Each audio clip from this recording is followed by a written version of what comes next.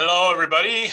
I'm not sure who's here because I don't have it on the screen right now, but I'm Rich Robinson, and I'll be moderating today's forum between Congresswoman Zoe Lofgren and Congressman Jimmy Panetta.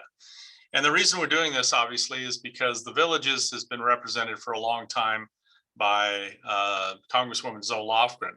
But due to the commission, the independent commission redrawing the lines, the Villages will now be represented by Jimmy Panetta as of next January, assuming with our help that Jimmy gets reelected. So without further ado, I'd like to, I don't see Congresswoman Lofgren in the queue. Is she here yet, Jimmy? Oh, you're muted. Not that I know of. Thanks, Rich. Yeah, we're actually putting out a couple of feelers right now to see where she's at. Now, I do know that she got struck with COVID last week, so I'm not sure if that's still hanging around or not. But hopefully, we would have heard by now. Okay. Well, we'll just wait for her to come in.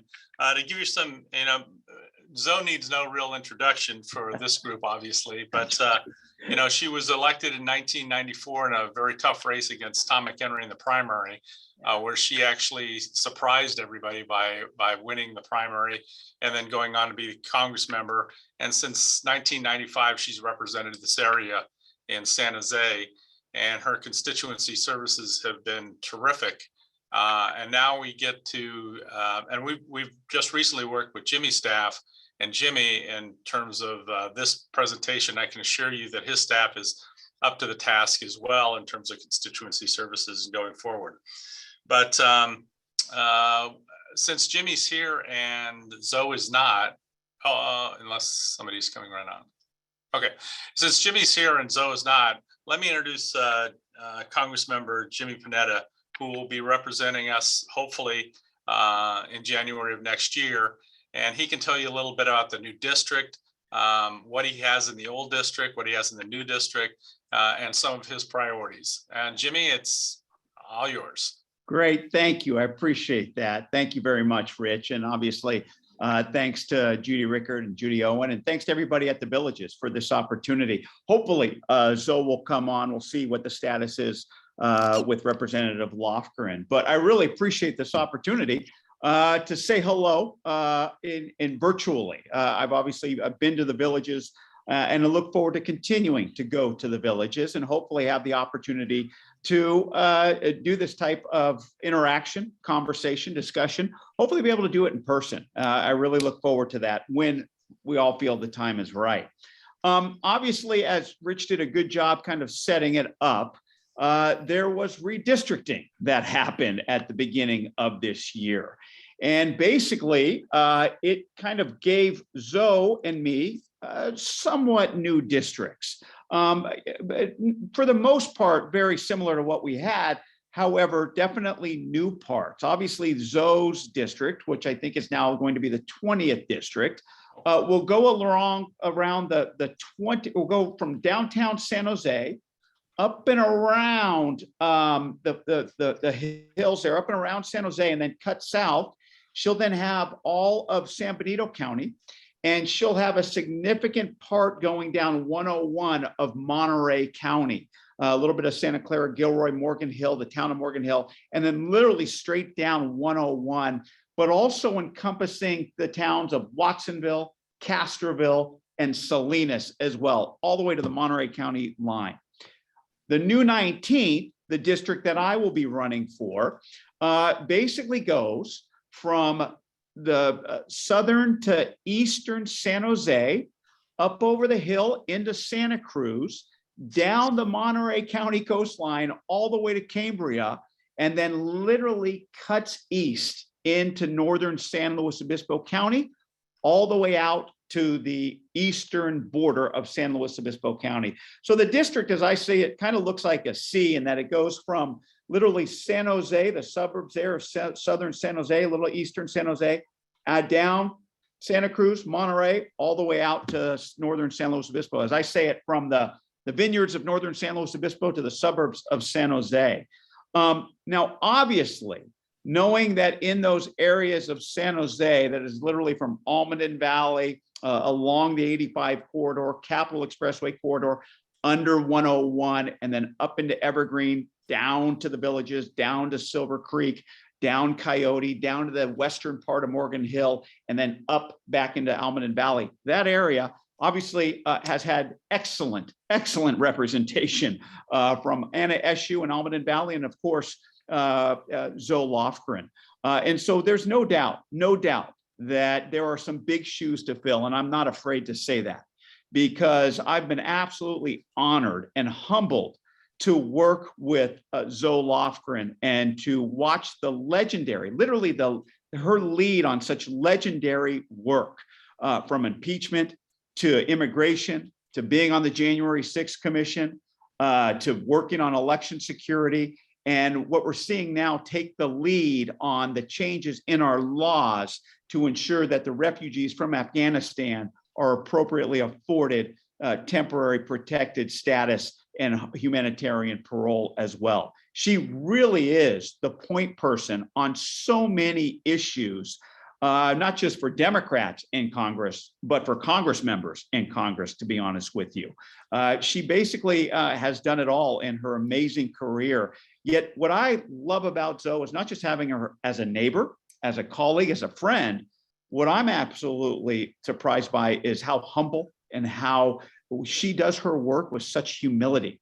And she really is my type of member, and that she just sort of puts her head down and does the job, and is very, very impressive in how she does it. Clearly, she's the type of member she's not in the entertainment industry. She's there in the legislation industry. She's not there in Washington, D.C. to pound her shoe on the table. She's there to get things done. And she definitely focuses not just on federal issues, she focuses on local issues as well. And that's the sort of member, that's how I've learned how this job should be. To obviously continue to focus on the federal issues, do it with humility, but make sure that your constituents are served. And as I've grown up and as I've done this job since 2017, I do believe that all politics are local. And I do believe it's about the district that you represent and about giving back to the people in this place that I've always called home. That's just kind of how I grew up. I grew up very close to my Italian immigrant grandfather, who always told us about the American dream. And that's why he came here, to give his children a better life. And then what my parents told me is that because we were allowed to live the reality of that dream, then you damn well better give back to the country and the community that gave you so much. So that's why after I graduated Santa Clara Law School, I served as a prosecutor up in Oakland for about 13 years at the Alameda County DA's office, and then down in Monterey County for another 6 years. During that time, that's why I volunteered, joined the Navy Reserve, and then was mobilized, deployed, and served in Afghanistan from 2007 to 2008 as an intelligence officer with the Special Operations Task Force. And it's also why now I serve the place that I've always called home, here in the 20th Congressional District. Now, the new 19th District has a lot of the same issues and a lot of the same values as the district I serve now. As I say it, we have a lot of beauty, as you can imagine, here on the Central Coast. We have a lot of bounty with all of our agriculture, and we definitely have our military bases. And now we have the suburbs of San Jose. And so I do see that there's a lot of crossover in the values, in the issues that I've worked on now in the 20th Congressional District, and what I hope to continue working on in the new 19th District. Look, with our beauty, I think we understand how important it is to address the climate crisis. And I can tell you, being on the Ways and Means Committee, we actually did that, especially with the Build Back Better Act, in basically making the single largest investment in human history in reducing our carbon output in our transportation sector and our energy sector. And I'm proud that many of my bills that I authored were actually in that BBB. And you just hope the Senate actually does the right thing and takes up that provision, and that this administration can push forward through its reconciliation. In regards to our bounty, obviously I'm concerned with our agriculture, the #1 industry in the 20th Congressional District, which will play a big part of the 19th Congressional District. But part of our agriculture is specialty crops, and therefore it takes humans to harvest them. And therefore, that's why immigration reform is so important. I've had the fortunate opportunity to watch Zoe Lofgren lead on that issue. And she's actually basically taken me in and asked me to be at the table, especially with the important bill, the Farm Workforce Modernization Act, in which for 8-9 months, we worked together, Democrats and Republicans, farmers and farm workers, to actually formulate a piece of legislation and pass that legislation out of the House of Representatives, the most bipartisan immigration reform bill to pass the House of Representatives in the past 30 years. So very proud of that as well. And then obviously, when it comes to the military bases we have here, our installations, we've got to let people know that it's not just about national security, it's about our community security, and that it provides 15,000 jobs and 1.4 billion to our economy. And then, of course, when it comes to the suburbs, obviously the one issue that really ties in the 19th congressional district from San Jose to Santa Cruz to Monterey to San Luis Obispo, affordable housing, workforce housing. I've been proud to bring in over 100 million in grants for housing and homelessness programs to the 20th congressional district in my limited time in Congress. But I'm also on the Ways and Means Committee working on the low-income housing tax credits, making sure there are those tax credits for the development of low-income housing. And then I'm also trying to bring back the first-time home buyer credit. So I think it's important that people have the opportunity to buy homes, which can be very, very difficult, especially now as what we're seeing with the high prices here in the 19th congressional district. Now, we're also working on infrastructure, which is very important to the Central Coast. Obviously, we passed the Infrastructure Investment and Jobs Act to provide billions in investments in our infrastructure right here in California, right here in Northern California, in the San Jose area as well. And then, of course, we passed the Competes Act to make sure that we manufacture our semiconductors right here in America, which is important as well. Going to conference, hopefully we'll get a bill out of the Senate and congressional negotiations coming up here soon. But I also think this is an important opportunity to talk about what's going on internationally and how we need to do everything we can, not just as a Democratic Party, not just as Congress, but as America, to support Ukraine and not go to war with Russia. And it's making sure that we have that balance in looking at the international controversy that's going on and the crisis in Ukraine at this point. Again, do everything we can to support Ukraine with aid and armaments, supporting the Ukrainian people, but at the same time, do not go to war with Russia. Instead, put forward the economic options in which we can bleed Russia of the resources to wage this horrific war that they're doing right now. I got to tell you, one thing that I've been very proud of recently is the unity that America has shown, not just domestically, but internationally, with the international coalition that's actually come together and basically push back on Russia, push back on Putin's war. I can tell you, I was there in the congressional auditorium watching Zelensky give that speech with Democrats and Republicans, senators and Congress members.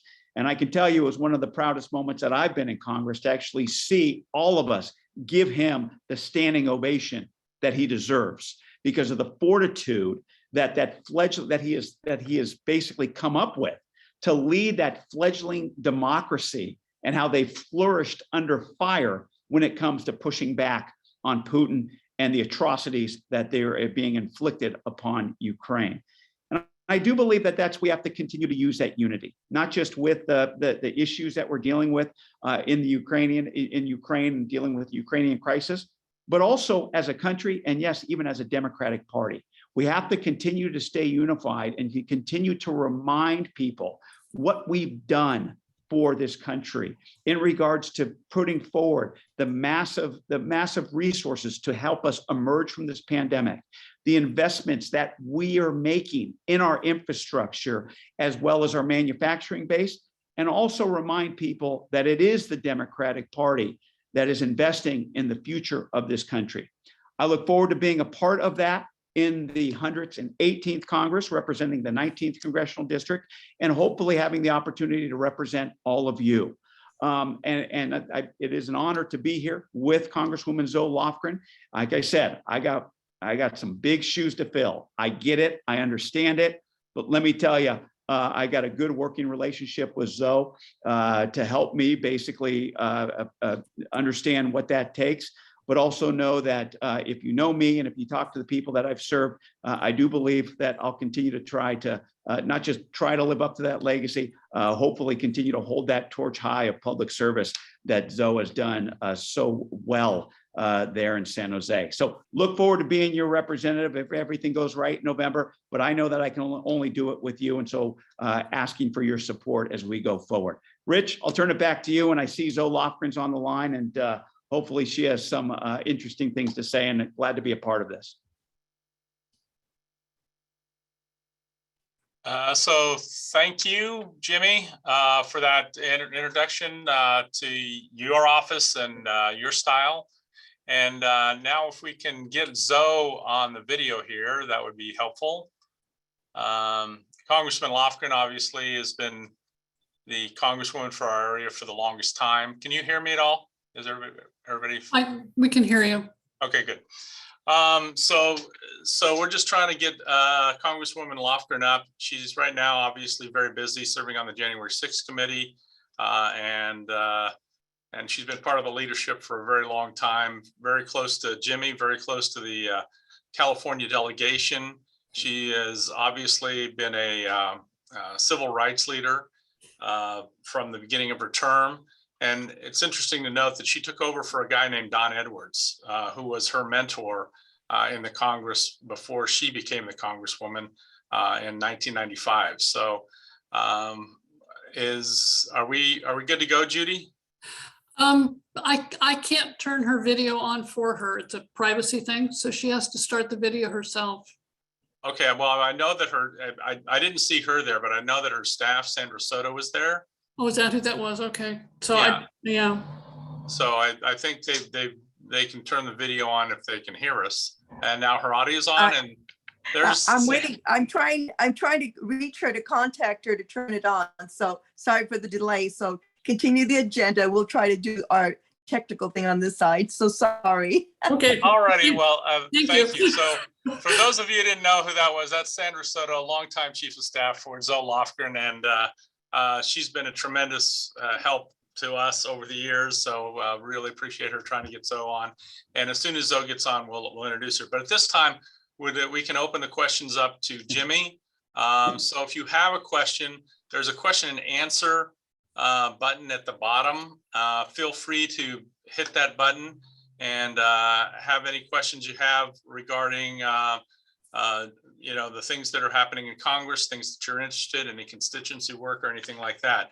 And I'd like to start off with the Build Back Better program was obviously not passed, but we did pass the infrastructure bill.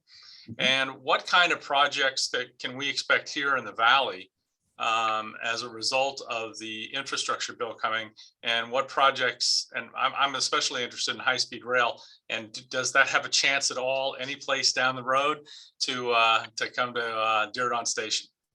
Yeah, well, first of all, let me address the first issue. The IIJA, Infrastructure Investment and Jobs Act, sorry, I cut it down. I call it the IIJA.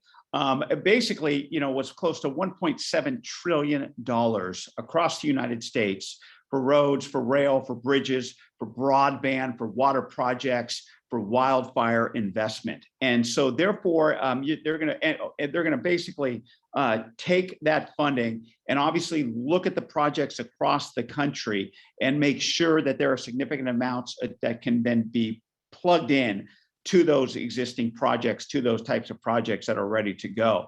So I would imagine basically, what we're seeing right now is the administration working with the states, working with the counties and local cities and the representatives to make sure they know well what projects need to be funded. Now, I've had obviously several calls with the White House, making sure that they're aware of the projects here in the 20th Congressional District that need to be funded. Obviously, roads, but also water projects are very important for us here, including a project called the Pajaro River Project that has been very, very difficult to get the Army Corps moving. But ever since I've been in this office, I've made sure that that's a goal, and I've made sure that I've continued to push the Army Corps of Engineer. We got them to a part where they're shovel ready. Now we're just getting in the funding, and so I'm continuing to work with the White House to make sure that that funding comes down and that project is funded accordingly. Now, another area then your second question.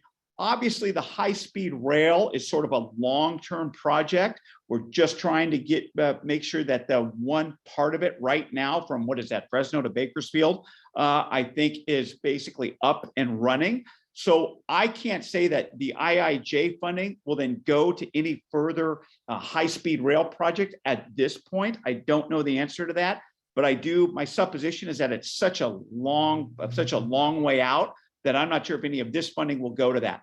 But knowing that there are obviously part of the IIJ funding is for rail, there are going to be rail projects that are going to be funded as well.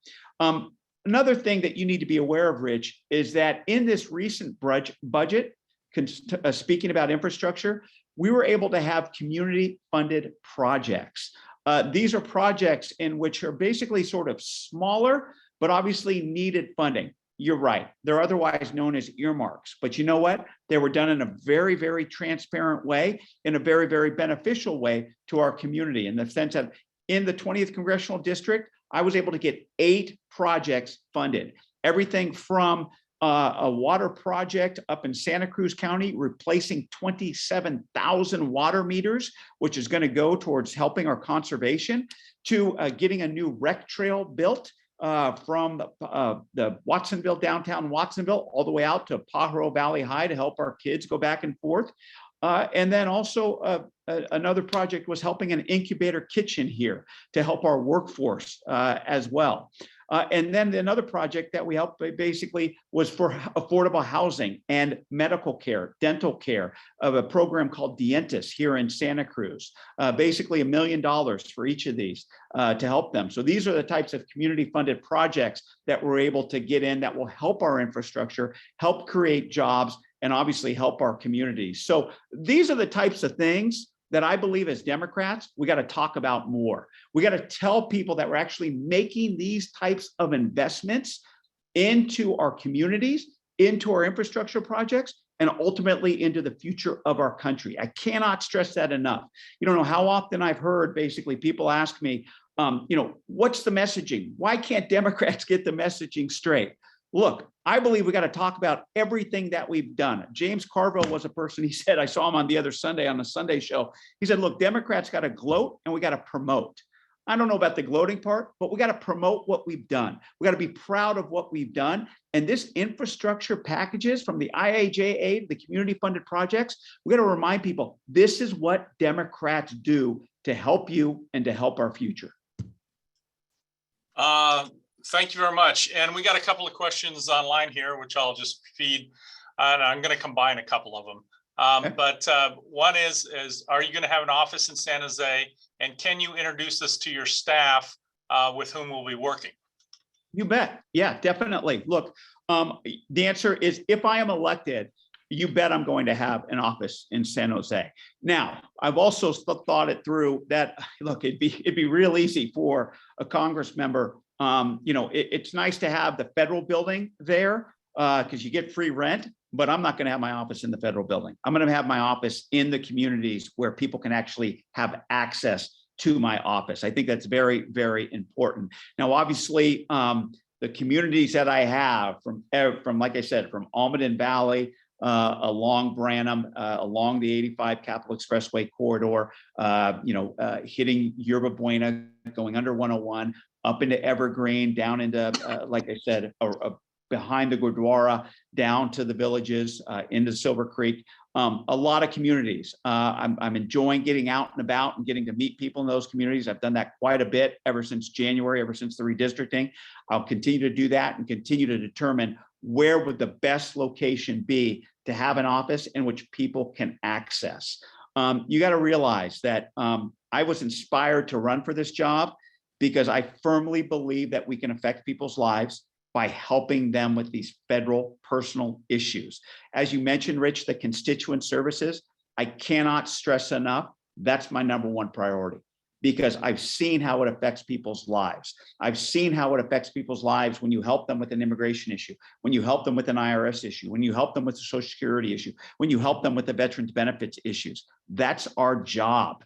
We are that bridge from our congressional district to Washington, D.C., getting through the pain in the butt bureaucracy, which can be, and I'll be the first to admit, it can be miserable dealing with the bureaucracy. But it's our job as Congress members, as your representatives, to make sure that bureaucracy works for you on those personal issues. That's my number one priority. And so being able to have that office in the neighborhoods in San Jose is so that you can have access to me and that we can help you. I cannot stress that enough. I look at this job in sort of three tranches. The first one is constituent services, making sure that we do that work to help you with your personal issues with the federal government to affect your lives.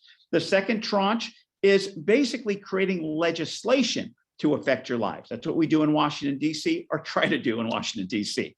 And then the third tranche is getting the bureaucracy, the federal government, to work for you and work for our local issues here. Obviously, federal solutions for local issues, making sure we do that. And to be honest with you, that third tranche can be the most difficult, especially nowadays. It really seems that the bureaucracy is having a hard time getting out of COVID, getting people working, getting people to pick up the damn phone, to be honest with you. I don't know if you've tried calling the IRS lately. It's miserable.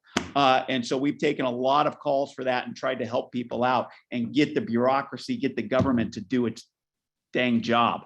So we're doing our best at that. So look, I think that's very important. I think if you talk to people in my congressional district, I think they will tell you I'm a local Congress member. That's kind of how I operate. I operate on the ground. I'm sorry to say you probably don't see me on TV that much. It's not like I kind of follow Zoe's lead in that sense. We're not in the entertainment industry. We're in the legislation industry. We're here to help you. And the best way we can do that is by showing up and making sure that you know how accessible I am. That's great. We have several questions. As a lot of us in the villages remember your father. And certainly there's a few questions regarding how your father has influenced your career and your work, and what advice has he given you as a congressman, in this field of politics? Yeah, I was privileged to work with your dad when I was working with Senator Cranston. So look, I appreciate that. And, the good and the bad thing about growing up in my family is that my parents, and my mom was his volunteer district director. So he was in office for 16 years, started in 1976. When I was in second grade. So I kind of grew up with him in that position, but they did a really good job never kind of bringing politics and their job to the kitchen table. I was raised in Carmel Valley, California with my two older brothers. We were Carmel Valley kids. We weren't Beltway kids. And my parents did that on purpose. They wanted us to have our own lives and not his life, okay? For better or for worse. Now, at the same time, my parents were 70s parents. So we kind of did whatever we wanted growing up. Fortunately, we found sports and we were in athletics, so we knew how to work hard in order to get something. And then once we graduated high school, none of us were that good of athletes. So we went to Monterey Peninsula College and pivoted from athletics to academics and basically worked full time. And all three of us paid our way through college. They went on, one's an attorney, the other's a doctor, and I'm an attorney, now a representative. So I tell you that in that sense that they never really had influence over what we did directly. However, I can tell you that once I got outside of the house, it's when I started to hear stories about their work. And I can tell you, it's rare that people come up to me and tell me about what my father did back in Washington, D.C. Inevitably, they always tell me about a personal issue that he and my mother helped them with here in the district.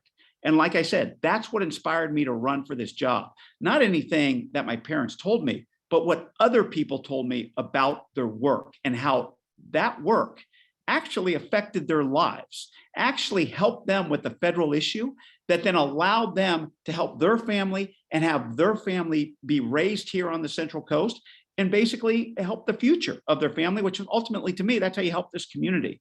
So like I said, it wasn't really anything that, he said, do this. They weren't like that. We kind of had to learn it on our own, which we did. Now, fortunately, I was in a place in which, I admit I had opportunities to listen and to learn and to watch.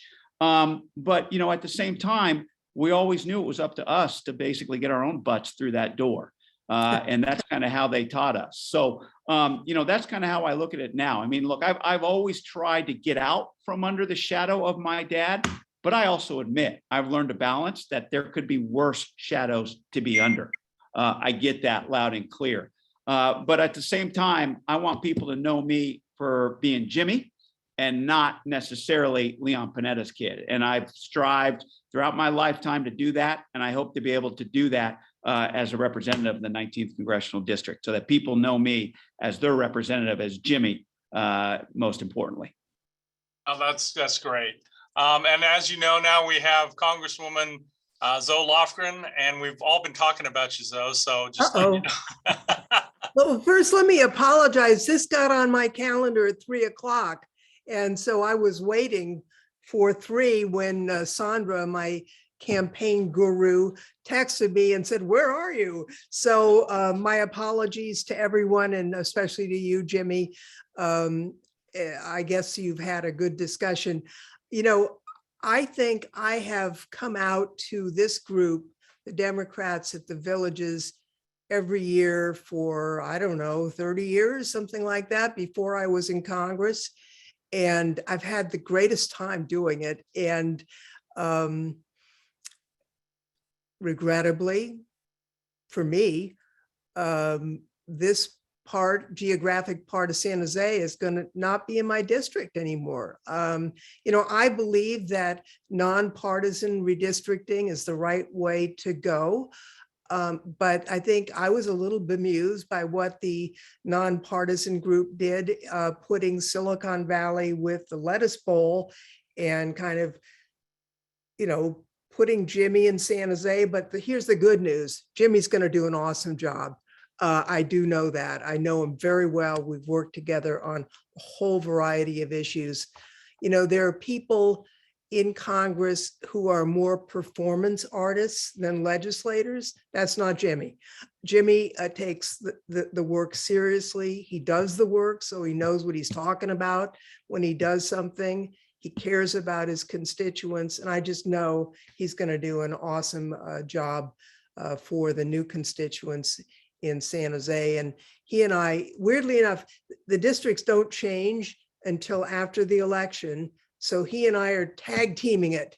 If there's something needs to happen in Salinas, he's going to be the lead on the letter and I'll sign on. And if something needs to happen in San Jose, I'll be the lead and he'll sign on. And I think we're actually going to continue to work together even after the election. But I wanted to hand the torch over to Jimmy and just thank him for all the work he's going to do and all the work he has done for his old district.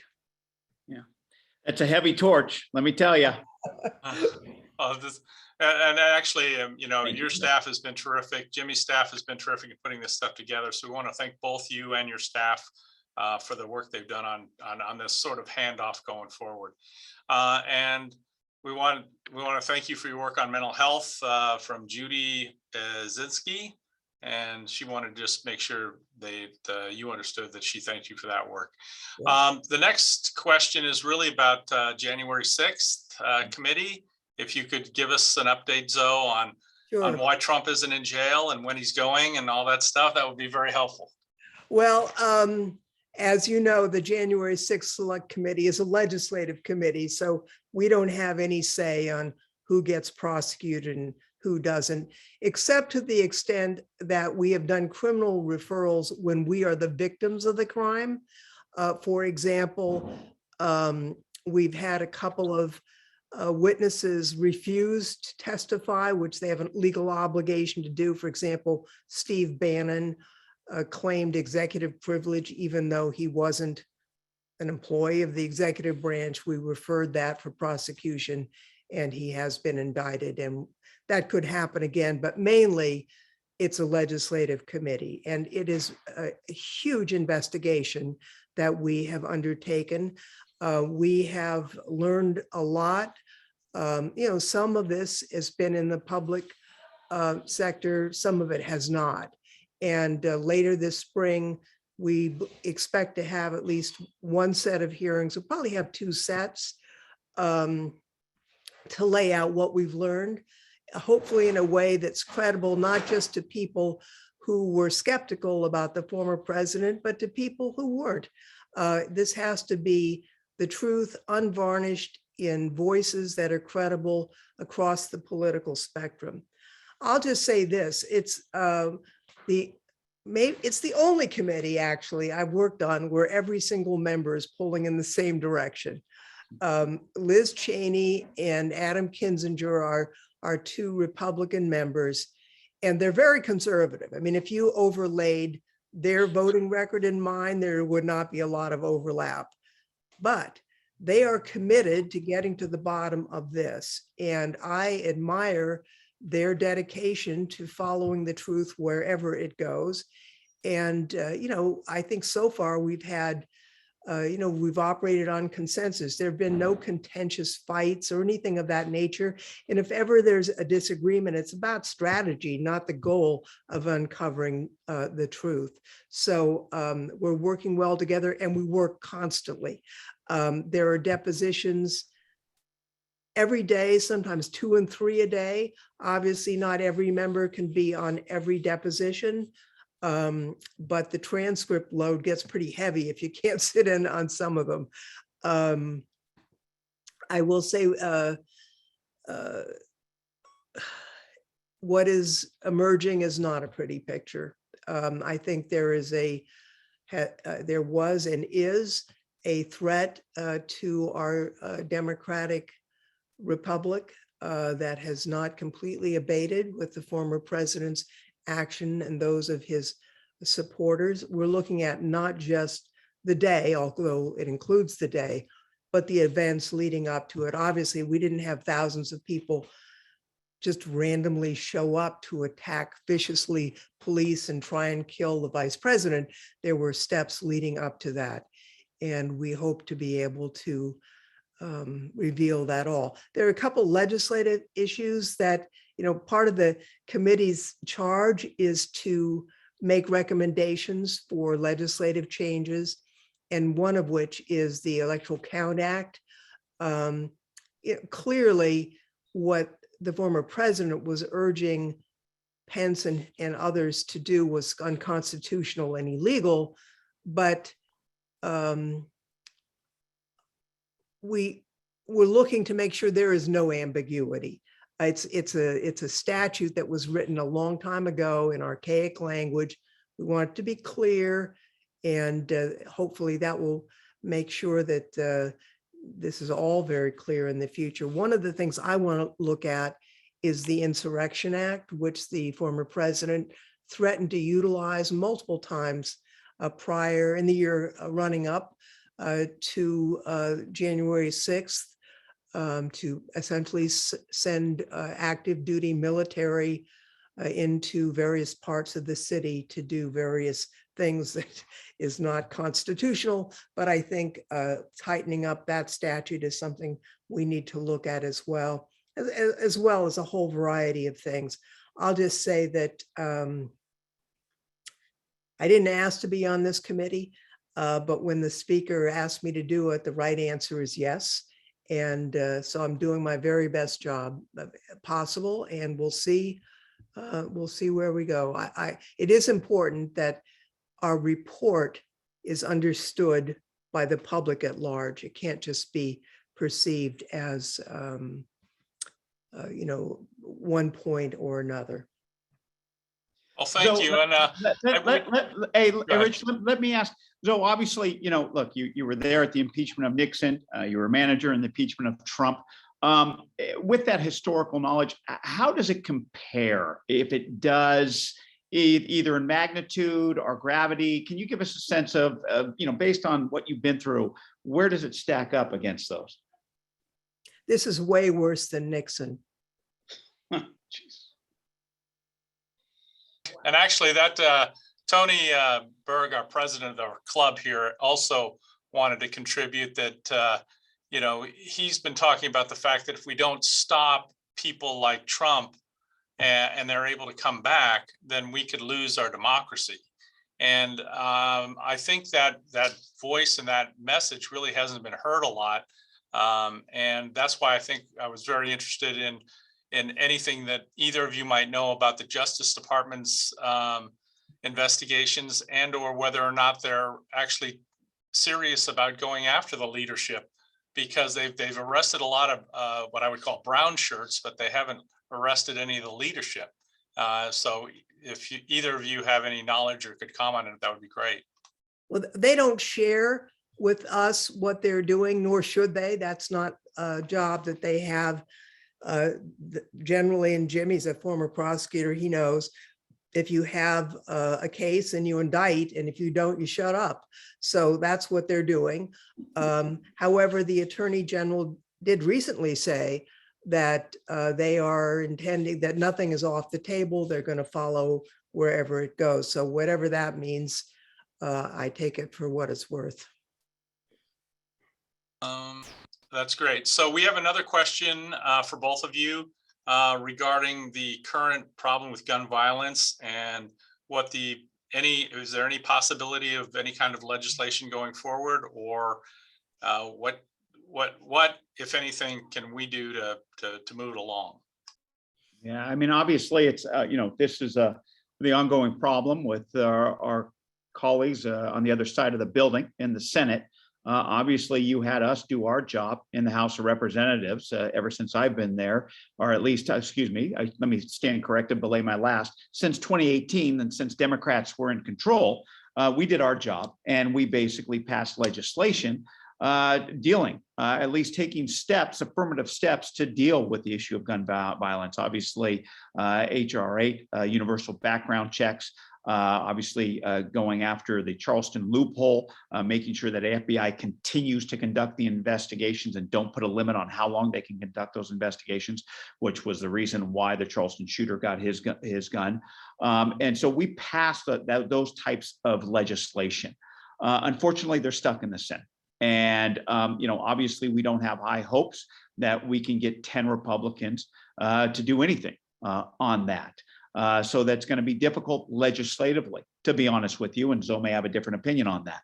Yeah. However, this is when you start to have these certain asks of what type of executive action can this administration take, knowing that we're not going to get, one, let alone 10 Republican senators to be on board. Can this administration start to take certain executive actions that are necessary to reduce the gun violence that we've all unfortunately been witness to?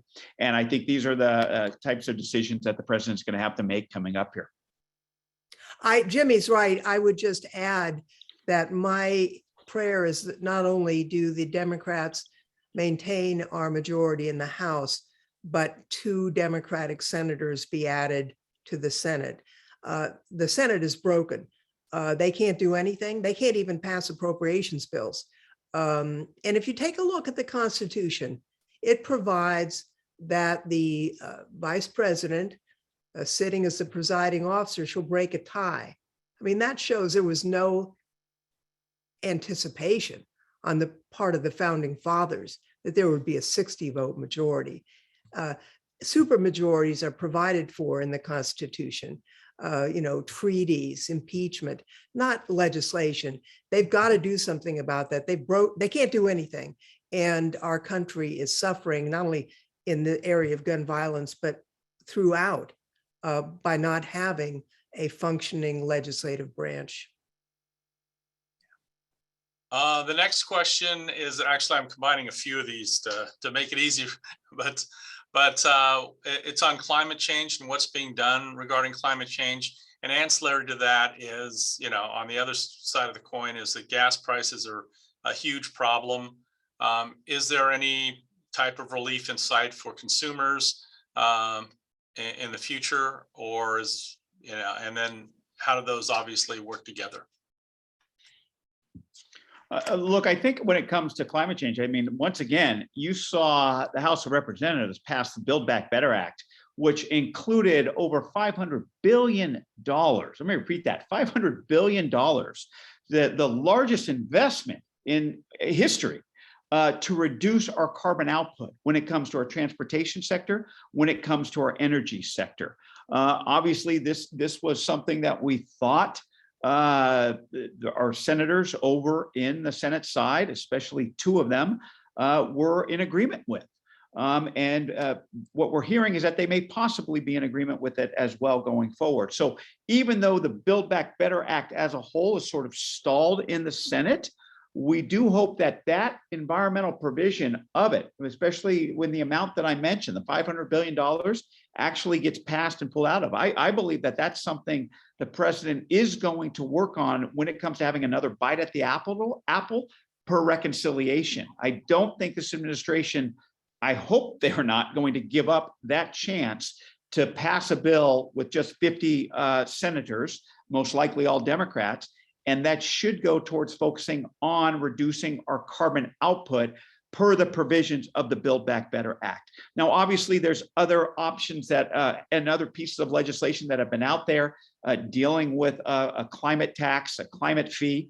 I had a piece of legislation that I worked on with Chris Coons, Senator Chris Coons, to basically impose a carbon fee and then reinvest that money back into communities that are being hurt the most, job transitioning, as well as research and development to make obviously the reduction of carbons cheaper and cleaner as well.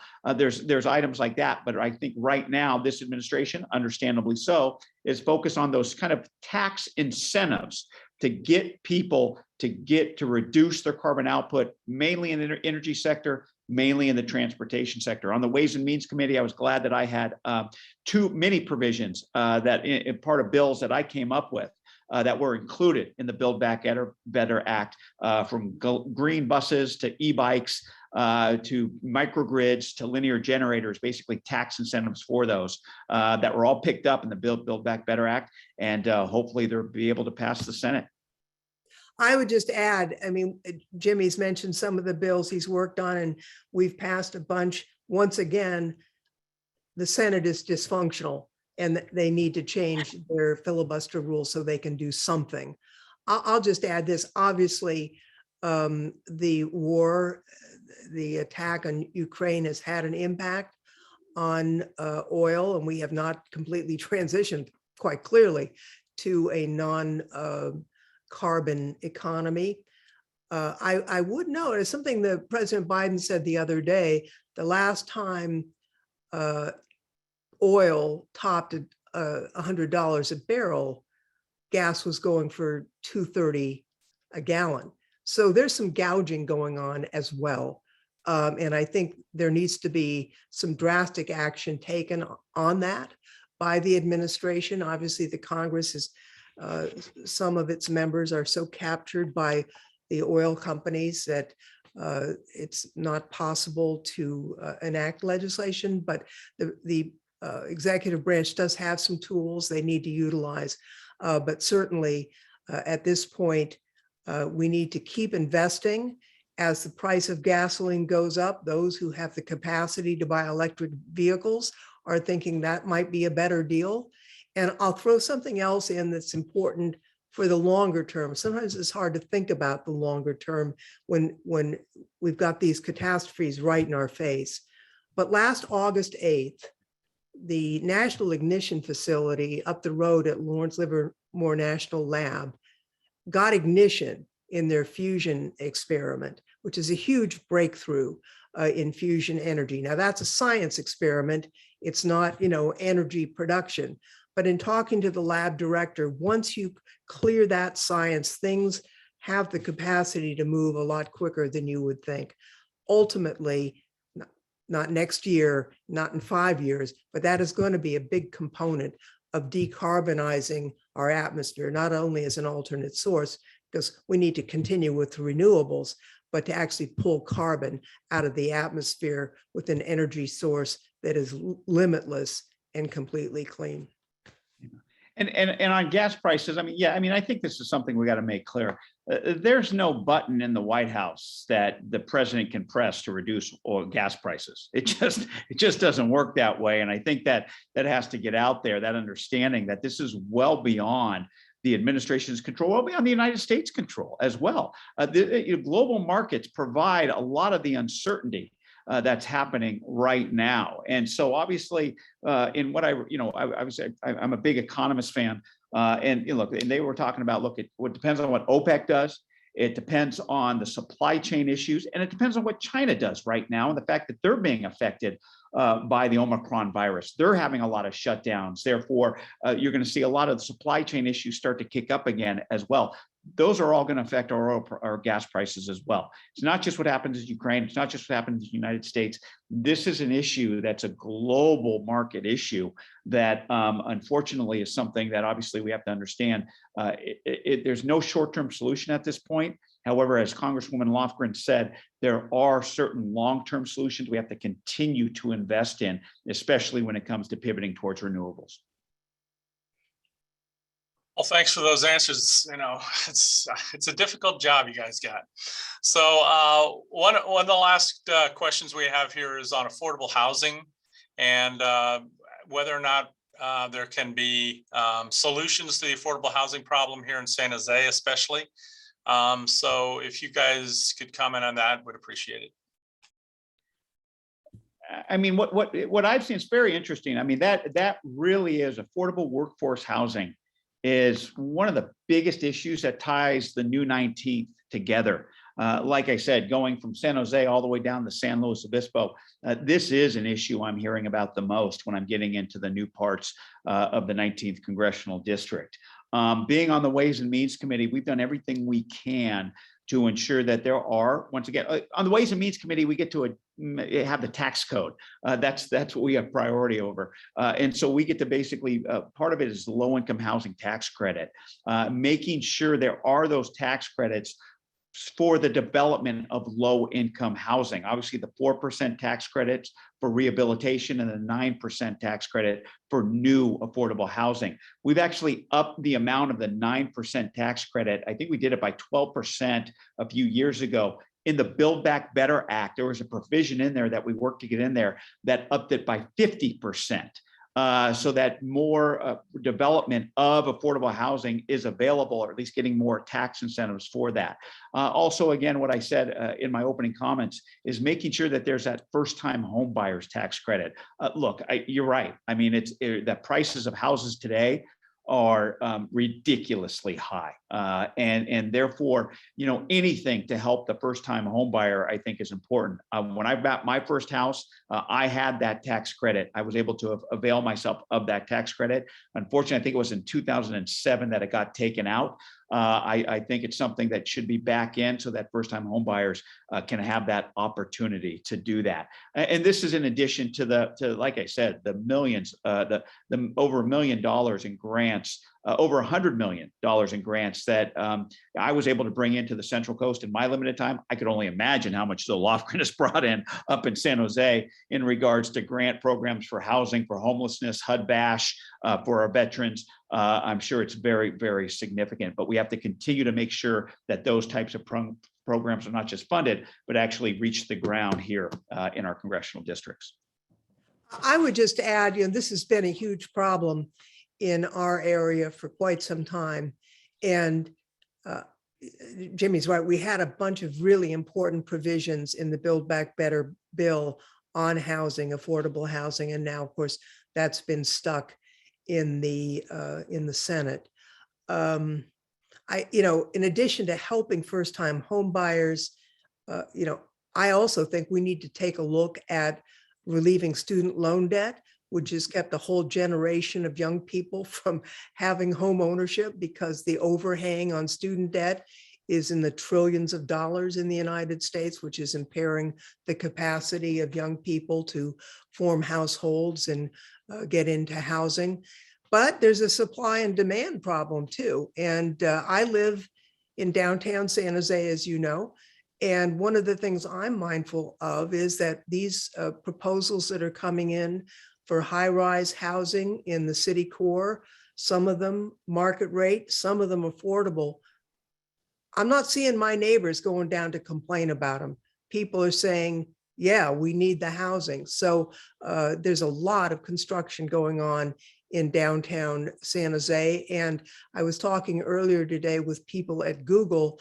One of the things they're doing, they're going to put 25,000 employees just south of the train station, but they're going to build housing to house the entire workforce. Nobody else is doing that. And I think it's something that we ought to look at as a model for others. To house your own workforce is something we've never done. And it's created affordability problems in this area, but it's spilled out. I mean, not only to the new part of the district I'm going to represent that Jimmy currently represents, but out into the Central Valley, people commuting over the Altamont from Stockton and from Tracy. It's really unbelievable. So we need to get serious about this because it's really adversely impacting the American dream. Middle class world in America is really what sustains our democracy. And we need to think about it, not just economically, but in terms of the stability that home ownership gives to our American society and to neighborhoods. It's that important. Well, I want to thank both of you for helping us out here for the last hour and so. And Zoe, I just want you to know a lot of people just have chimed in and said thank you for everything you've done for us over the years. We look forward to working with Jimmy in the future. And obviously, you're still our Congresswoman until January. So certainly you can call Zoe until January. And then after January 1st or 2nd, or whenever you guys get sworn in, we will transition to Jimmy. But we look forward to working with both of you. And obviously, neither of you are going away soon. And anything we can do to help, you let us know. And we look forward to working with you in the future. Well, thanks so much, Rich. And once again, my apologies for being late. I don't know how this got on my calendar at the wrong time, but it did. But at least I made it, right? And so. Well, I got to tell you, I've worked with your staff over the years. You have a tremendously good staff, and I know you're busy and Jimmy's busy, especially right now in Congress. So we just appreciate you taking the time to talk with us. I'm not blaming. This is my first big meeting after COVID. I've been in bed for a long time, and it's quite possibly my fault. But in any case, I regret it and I'm sorry. So I apologize. Oh, not a problem. Not a problem at all. No apologies necessary on my part. It's always good to see you, Zoe, and glad you're doing better. And thank you for all of your work on the January 6th Commission. But like you said, look forward to continuing our partnership together. Really appreciate this opportunity to introduce myself with you to the villages. And I hope to have this opportunity to do it again in person as we go forward, as we emerge from the pandemic, but keep on doing what we're doing in the House of Representatives. So thanks for this opportunity, Rich, and to everybody at the villages. I do look forward to seeing you soon. And I pretty much promise you will see me soon. And again, thank you very much for your time and on everything you do. So I appreciate it. We appreciate it. Thank you. Stay safe, Thanks, everybody. everyone. You do.